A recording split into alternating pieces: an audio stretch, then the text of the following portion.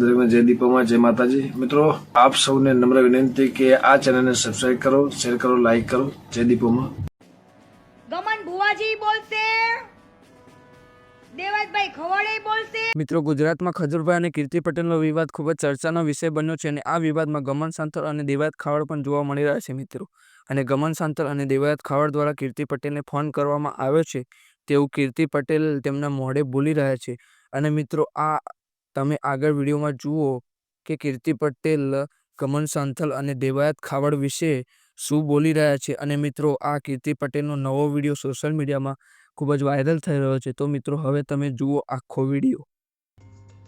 સારા, તમને ખબર છે સાહિત્યકાર, હું રેકોર્ડિંગ તો પછી આપીશ, પુરાવો પછી આપીશ, અને એ લોકોને મેં વોર્નિંગ આપી જ છે કે તમે લોકો મેદાનમાં આવો છો કે પછી હું કઈ બોલીશ, હું કઈ મૂકીશ તો તમને મજા નહીં આવે, બરાબર? બેન તમે 25 લાખ માંગ્યા, બેન તમે 25 લાખ માંગ્યા, બેન તમે 25 લાખ માંગ્યા, હે? તો આને પાછો દેવાયતભાઈ ખવડને એવો જવાબ આપ્યો કે એ કીર્તિ પટેલ માટે નથી મૂકી।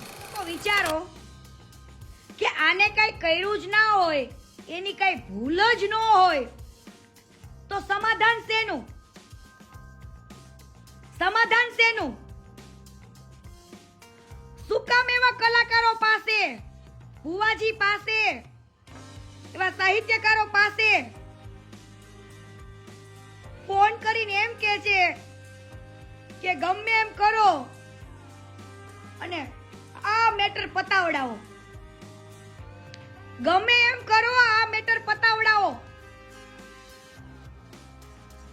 એવું આ ભંગારને કેમ બોલવું પડે છે? જે આને ભગવાન માને ને એ આને પૂછો। બાકી કાલે કોઈ સાહિત્યકાર નહીં આવે મારા માટે, કોઈ ભુવાજી નહીં આવે, તો મારી પાસે બધું જ છે। યા લાઈવમાં ચેતવણી આપું છું, કાલ સવારે તમને એવું ન થવું પડે કે અમે તો સમાધાન માટે આવ્યા હતા અને કીર્તિબેન તમે આવું કર્યું।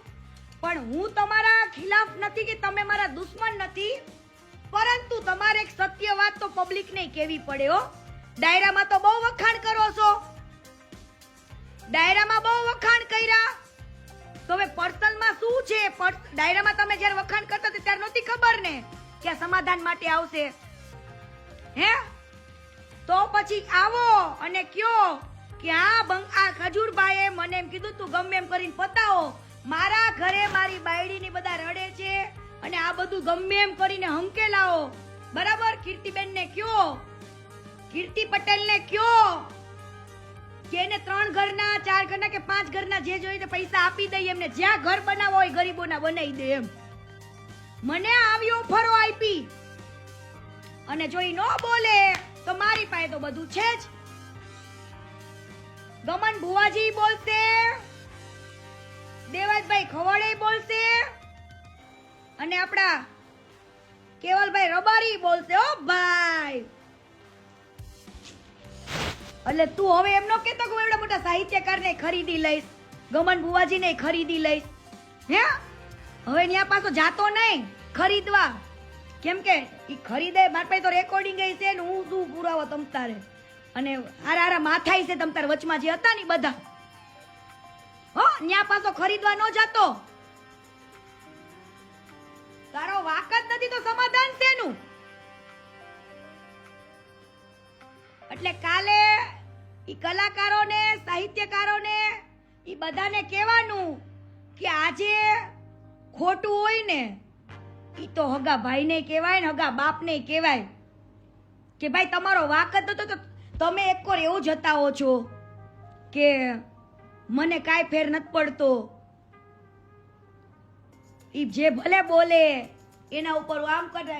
અરે મેં તને બધી છૂટી આપી, કદાચ જનતા માટે લડતી હોય, આ પબ્લિક માટે લડતી હોય, પબ્લિકની આંખ ખોલવા માટે લડતી હોય, અને કદાચ તું મારા ઉપર કેસ કરને તો એ કેસથી મને કઈ ફેર પડે નહીં।